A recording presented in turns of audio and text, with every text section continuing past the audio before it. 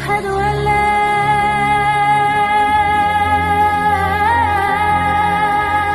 इलाहा इल्लल्लाह।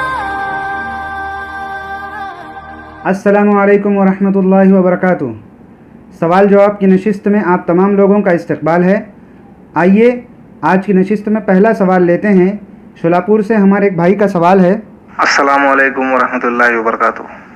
मौलाना, मेरा सवाल ये है कि जिन लोगों के खेत हैं और उन लोगों का मेन सोर्स ऑफ इनकम खेत नहीं है, तो वो लोग ज़कात क्या खेत की फसलों पे दें, क्या खेत की वैल्यूएशन पे दें? ज़रा इस चीज़ को हदीस के रोशनी में दलाइल के साथ जवाब दीजिए।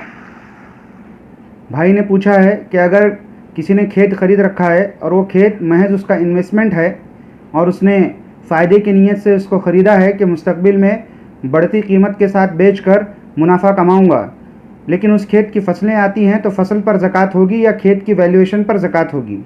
तो उसका जवाब ये है कि खेत की वैल्यूएशन पर ज़कात होगी। मान लीजिए अगर खेत 50 लाख रुपये का है तो उसको 50 लाख रुपये का 2.5% उसको देना पड़ेगा, यानी कि करंट वैल्यूएशन आज की तारीख में अगर वो खेत 50 लाख का है, गरचे उसने ख़रीदा हो 40 लाख में, लेकिन आज उसकी कीमत 50 लाख हो चुकी है, तो उसको करंट वैल्यूएशन के हिसाब से 2.5% ज़कात देना पड़ेगा। अगर उसके पास इतने पैसे नहीं हैं और इतने पैसे नहीं आते उसके पास कि वो इसका 2.5% दे सके, तो जब भी वो अपने खेत को बेचेगा उस वक्त जो भी रकम आएगी, समझ लीजिए कि उसने खेत को बेचा कुछ सालों के बाद और उसको 2 करोड़ रुपये की रकम आई, तो उसको 2 करोड़ रुपये का 2.5% पहले ज़कात के तौर पर निकालना पड़ेगा। फिर बची हुई रकम उसकी अपनी ज़ाती रकम होगी और उसको वो इस्तेमाल करेगा। 2.5% वो ज़कात के तौर पर उसी वक्त निकालेगा जिस वक्त उसके हाथ में पैसे आ जाएं, उस खेत का सौदा होने के बाद, उस खेत को बेचने के बाद। ये उसका जवाब है। अब कुछ लोग सोचेंगे कि ऐसा कैसे होगा, तो मैं आपको बताता चलूँ कि अगर किसी के 100 फ्लैट हैं, अगर किसी के मुंबई में 100 फ्लैट हैं और 100 फ्लैट का उसका किराया आता है, तो साल भर का किराया उसका जमा करके फिर वो एक नया फ्लैट लेने की कोशिश करेगा। इस तरह वो फ्लैट में इन्वेस्टमेंट करता ही जाएगा, ज़मीनें घर खरीदते ही जाएगा। ज़कात कब अदा करेगा? ज़कात कैसे अदा करेगा?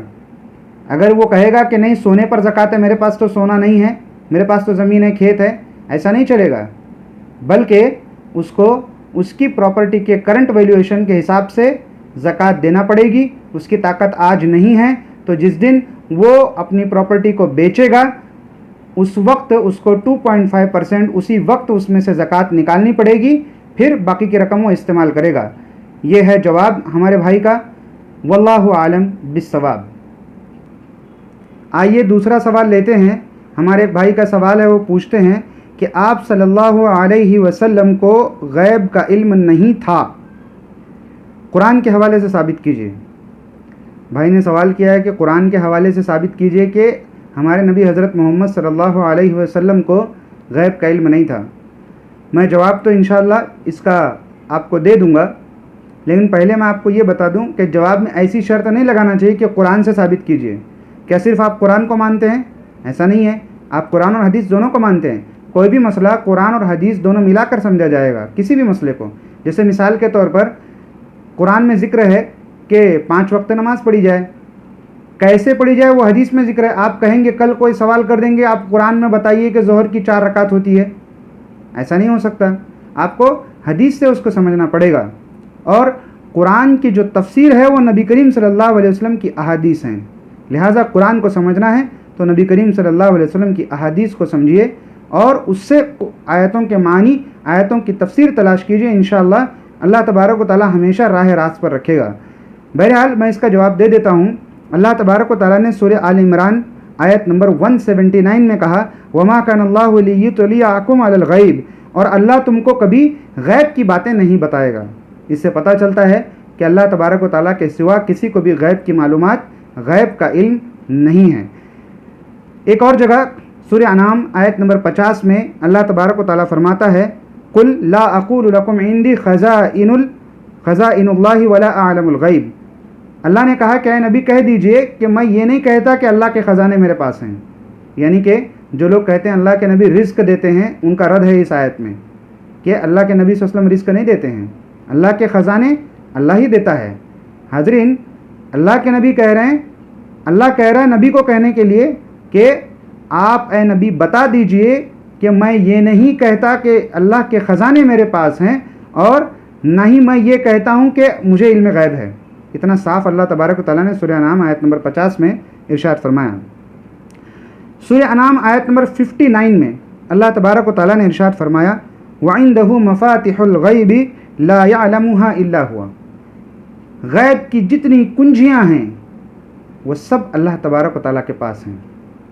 ला यअलमुहा इल्ला हुआ, उसके बारे में किसी को कुछ भी नहीं मालूम सिवाय अल्लाह के। कितनी वाज़ेह आयत है कि अल्लाह के अलावा कोई भी नहीं जानता गैब के बारे में, इंक्लूडिंग मोहम्मद सल्लल्लाहु अलैहि वसल्लम। अच्छा, एक और आयत है सूरह आराफ आयत नंबर 188। अल्लाह के नबी सल्लल्लाहु अलैहि वसल्लम को अल्लाह तबारक व तआला ये कह रहा है कि कुल ए नबी बता दीजिए, वलौ कुन्तु आलमुल गैब लस्तक्सरतु मिनल खैर वमा मस्सनी अस्सू, कि मुझे अगर गैब का इल्म होता, ऐसा अल्लाह नबी को बोल रहा है कि आप कह दीजिए लोगों को कि मुझे अगर गैब का इल्म होता तो मैं खैर ही खैर, भलाइयाँ ही भलाइयाँ, फ़ायदे ही फ़ायदे जमा कर लेता, मुझे कभी नुकसान नहीं होता। जैसे मिसाल के तौर पर अगर नबी को गैब का इल्म होता तो जंग उहुद के अंदर इतने सहाबा शहीद नहीं होते। आप सल्लम को जब मालूम था कि जंग में इतने सहाबा शहीद होंगे तो आप सल्लम जंग क्यों करते। और इसी तरह अल्लाह के नबी सल्लम की ज़िंदगी में जो भी वाक़यात हुए जिससे आप सल्लम को कहीं नुकसान हुआ, परेशानी का सामना करना पड़ा, अगर नबी को गैब का इल्म होता तो ख़ुद अल्लाह के नबी सल्लम को कहने के लिए अल्लाह ताला फरमा रहा है कि कुल ए नबी कह दीजिए, सूरह आराफ आयत नंबर 188 में, कि ए नबी कह दीजिए कि अगर मुझे गैब का इल्म होता तो मैं फ़ायदे ही फ़ायदे जमा करता, कभी नुकसान को नहीं पहुँचता। इसी तरह सूरह यूनुस आयत नंबर 20 में अल्लाह ताला फरमाता है, फ़कुल इन्नमल गैबु लिल्लाह, ऐ नबी कह दीजिए गैब का इल्म सिर्फ़ और सिर्फ अल्लाह के पास है।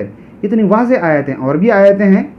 और गैब ये लफ्ज़ जहाँ तक मेरा ख़्याल है कुरान में 20-22 मरतबा आया है। तो बहरहाल चंद जगहों से मैंने चंद आयतें आपके सामने पेश की, तकरीबन 3-4-5 आयतें रेफरेंसेस मैंने आपके सामने रखे, सिर्फ कुरान से रखे हैं। तो बहरहाल ये आपका जवाब है। अल्लाह के नबी हज़रत मोहम्मद सल्लल्लाहु अलैहि वसल्लम को गैब का इल्म नहीं था। और चंद बातें वाज़ेह कर दूं कि आप सल्लम को अल्लाह तबारक व तआला ने चंद बातों का इल्म दिया था, या फिर आप सल्लम को अल्लाह तबारक व तआला बताता था, चंद बातें बताता था अल्लाह के नबी सल्लम को। मुकम्मल कुल्ली तौर पर आलिमुल गैब का मालिक, इल्म गैब का मालिक सिर्फ अल्लाह तबारक व तआला है। आलिमुल गैब सिर्फ अल्लाह तबारक व तआला है। जैसा अल्लाह ताला आयतुल कुर्सी में इरशाद फरमाता है, वला युहीतूना मिन इल्मिही इल्ला बिमा शा, अल्लाह के इल्म का अहाता कोई नहीं कर सकता इल्ला बिमा शा, जिसको अल्लाह देना चाहे इल्म दे देता है। तो चंद बातें मुस्तकबिल की अल्लाह के नबी सल्लल्लाहु अलैहि वसल्लम को अल्लाह ने बताई थी, लेकिन मुकम्मल इल्म गैब सिर्फ अल्लाह के पास था। और मैंने आयत के रेफरेंसेस भी आपके सामने पेश किए हैं। उम्मीद है आपको जवाब मिला होगा। वल्लाहु आलम बिस्सवाब।